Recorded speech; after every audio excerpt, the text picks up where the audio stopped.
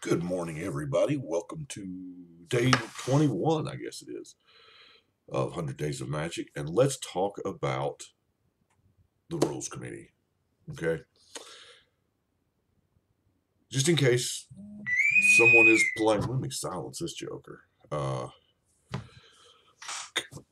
format is one of the only formats not governed by Wizards of the Coast. It sounds weird, I know.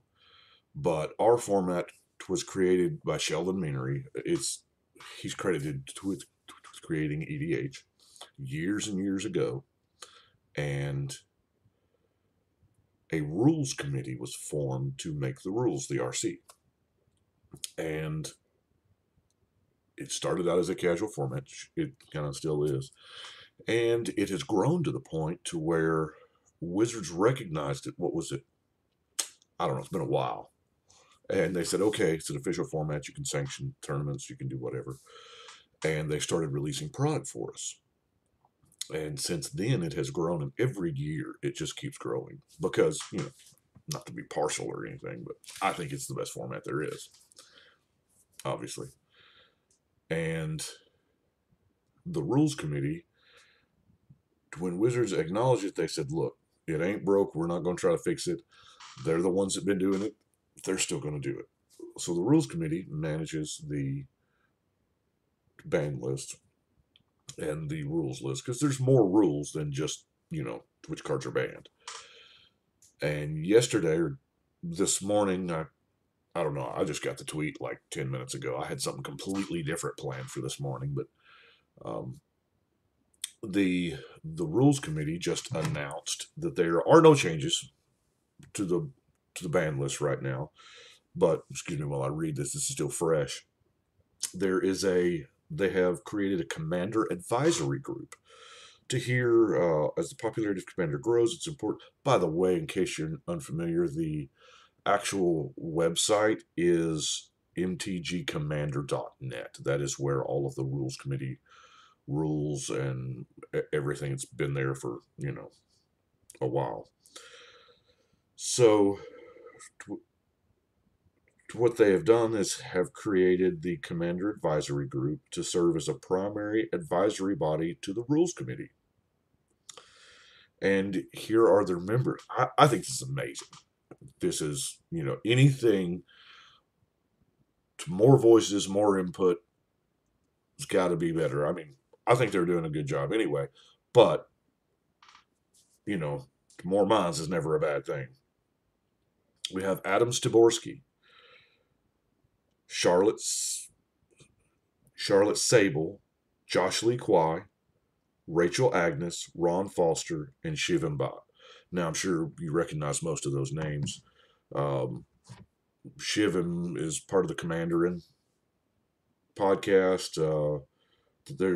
I mean, all of these are incredibly good players, content creators with. But I like it. I think it's good. That's really all I got to say about it. So let's open some Allegiance. Okay. We got these Planeswalker decks because you can pick up your Planeswalker decks at the pre-release now. So, and I've got to have them. The reason why I've got to have them is y'all know I'm kind of I'm not really a completist, but I am. And I'm not. There are like 5 cards per deck that the only way you can get them is inside this deck. And yeah, they're supposedly not meant for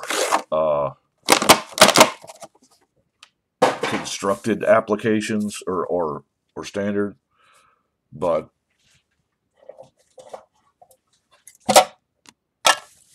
let's look here and see. Let's read Mr. Arbiter or Architect of Law. Okay. We're going to spend 6 mana for a 5 loyalty Planeswalker. Gain 2 life, draw a card. Okay. Might tap a creature. It doesn't untap. Okay. Tap all permanents. That skips their next untap. Like I said, generally they are kind of powered down, which is fine. These, some of the Planeswalker, the Planeswalker deck Planeswalkers have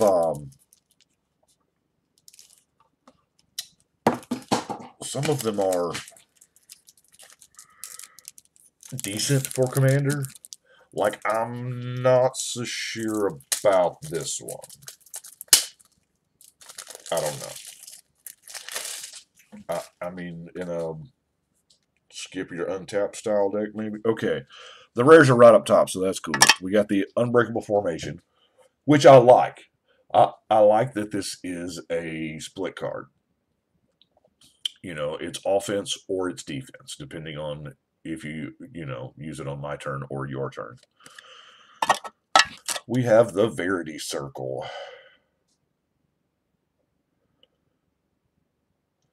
I think this is going to happen more than we think. I believe Verity Circle is better than we think it is. I really do. Then we have Dovin's Dismissal. This is, you can always tell, so the 5 cards right down here by the card number, they are what in the baseball card world we used to call high numbered. There are 259 cards in the set, and this is card number 267. So the regular set stops at 259, and that's where the extra stuff takes over. And the extra stuff is these cards plus like the buy a box promo and random stuff like that. 4 mana instant, put up to 1 target tapped creature on top of its owner's library. You may search your library and or graveyard for that overcosted walker and put it in your hand. So, okay. And you get 2 of those in our little deck here. Let's see what else. We're not going to go through like the commons and stuff. By the way, that guy did some work for me at the pre-release.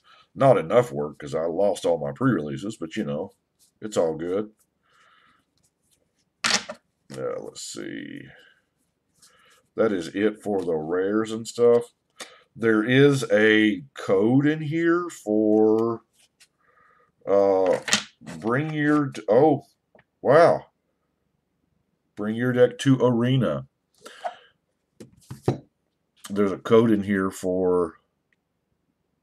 to get this deck in Arena. It's about time they did that. It also comes with 2 of these fancy booster packs. So let's see what we get in our pack. We got a Persistent Petitioner because y'all know I'm still looking for a couple dozen of them. And an Incubation Druid. I like the Incubation Druid here again. I think that's, as far as green elves, it's easier to get counters than you think it would be. Oh, that's pretty. That shiny Garul Locket. And a split card. Okay, what are we at? 8 minutes? I ain't got to leave to go to work yet, so let's open the other one. Let's look at Domri. Domri, 6 mana, 4 loyalty. Creatures you control get +1/+1 and have haste. That's useful. -3, bolt something. Okay. -8, put 3 1/1 counters on each creature. Whoa. See, he might be played not in a highly competitive deck, but he'll be played in, I don't know, Face Smasher, bunch of creatures deck. That's probably how I'm going to run it. Normally, you get the what I call the Brady Walker, and the cards to go with it. Like normally, you've got the rare tutor, and then you've got the creature that says, I get bigger if, and then, This has also got a code. Okay, we've got the big guy, which is pretty much Mini Hoof. Or Oborun? No, I'm going to stop. Love Glass of the Guild pack because it's awesome, and I'm going to abuse this in a lot of decks. Domri's dog, or no, it's his dog. It's his floofer.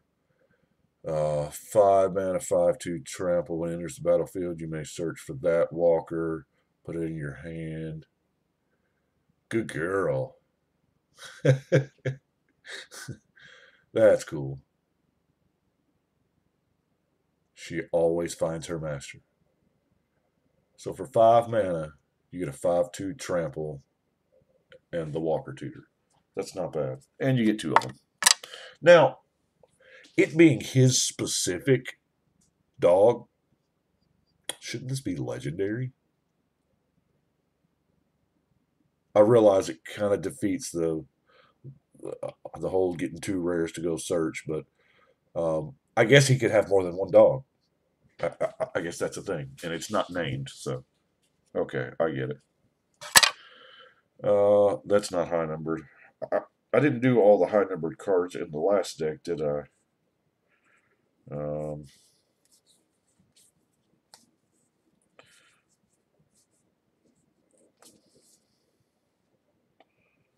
Here's one. Domri's Piggy. Haste, as long as you control a Domri.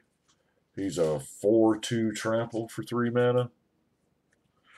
Man, he ain't much about helping out the old toughness, is he? What is that? The old sly philosophy, if you're blocking, you're losing? I don't know.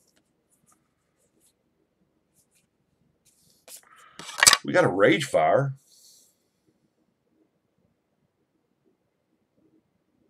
Meh. It's a whole lot of meh. It just hits the creature. Now let's open our 2 packs from that. See what we got here. We got Judith. By the way, she is the truth. I played at Goose's yesterday, and I have played in, I don't know, many pre-releases, and that was probably the best game of pre-release. It may have been one of the better games of Magic I've ever played. It was in round 1. I literally, there was so much move and counter move that I lost that game because I drew out. And it's not, there was no milling happening in that. It was just move and counter move, move and counter move. Problem, answer, board stall. Ooh, I've got this. I mean, it was a great game of Magic. Ended up that round, no winner was determined. We went 1-1-1. So that was really neat. But Judith here did work for her. I mean, this is an amazing card. And it helped me a lot to see it in play, to see how she plays for when I actually build her deck, because that's the problem with building a lot of these decks as soon as they come out, because, you know, I'm building decks and have never played these cards, so, you know, I'm just a noob. Uncommon flash. You know, I don't hate this. I mean, it's uncommon. I know we haven't been looking at uncommons, and the only reason why it's in there is because it's shiny, and I am part raccoon. But I don't hate this.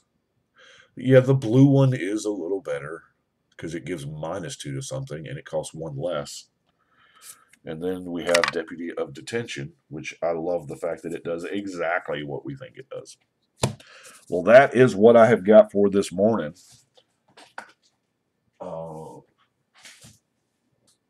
I don't know what we're going to do tomorrow, so I rarely ever know. Something will happen. I will see y'all tomorrow, and I appreciate you watching.